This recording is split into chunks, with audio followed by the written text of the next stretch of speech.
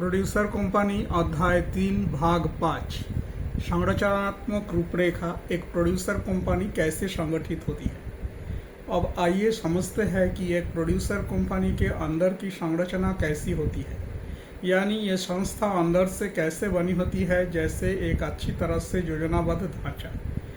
आप इसे एक सीढ़ी के तरह सोच सकते हैं, जहां हर पायदान की अपनी अहमियत होती है और वो अगले हिस्से से जुड़ा हुआ होती है।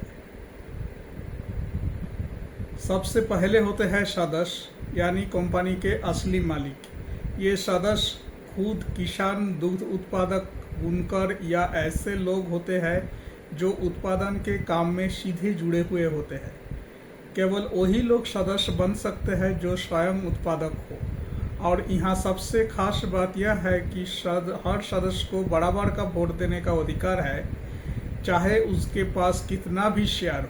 इसका मतलब यह है कि एक छोटे किसान और एक बड़े किसान की मत की ताकत बराबर होती है। साल में एक बार ये सभी सदस्य मिलकर बैठक करते हैं, जिसे वार्षिक आम सभा या एजीएम कहा जाता है। यही बैठक सबसे बड़ा निर्णय लेने वाला मंच होता है। इसमें यह तैयार किया जाता है कि कंपनी का हिसाब किताब पास किया जाए या नहीं, कौन निर्देशक बनेगा, और कंपनी से जुड़े बड़े बड़े फैसले भी यहाँ लिया जाता है। इस एजीएम में कुछ सदस्य चुने जाते हैं जो कंपनी का संचालन करते हैं। इसे निर्देशक मंडल या बोर्ड ऑफ डायरेक्टर्स कहा जाता है। आमतौर पर इस बोर्ड में 5 से 15 सदस्य होते हैं जो खुद किसानों में से चुने जाते हैं। इनका काम होता है नीतियाँ बनाना, कंपनी के कामकाज पर निगरानी रखना और यह देखना कि कंपनी सही तरीके से चल रहा है या नहीं। कंपनी के रोजमर्रा के आधार पर चलने के लिए यह बोर्ड एक सीईओ यानी मुख्य कार्यकारी अधिकारी को नियुक्ति करता है।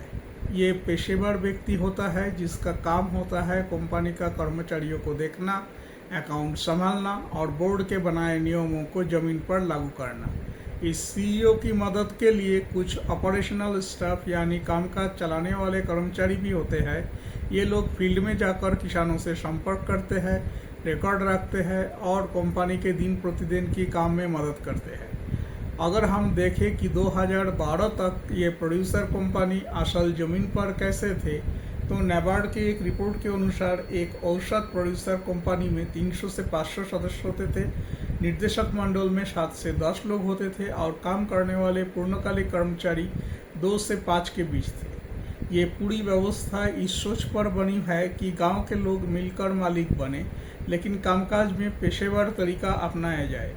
यह एक तरह से ग्रामीण एकजुटता और व्यवस्थित कंपनी प्रबंधन का मेल है। लेकिन सिर्फ यह ढांचा कागज पर बना देना काफ़ी नहीं है। ये तभी अच्छे से काम करेगा जब हर व्यक्ति, चाहे वो सदस्य हो, निर्देशक हो या सीईओ, अपनी भूमिका को अच्छी तरह समझे और दूसरे को भूमिका को भी सम्मान करे। यदि एक बड़ी सीख है कि जो बहुत सी प्रोड्यूसर कंपनियों ने अनुभव से और कई बार कठिनाइयों से सीखी। आगे के हिस्सों में हम देखेंगे कि ये ढांचा जमीन पर कैसे काम कर पाया और इससे क्या सबक मिले। धन्यवाद।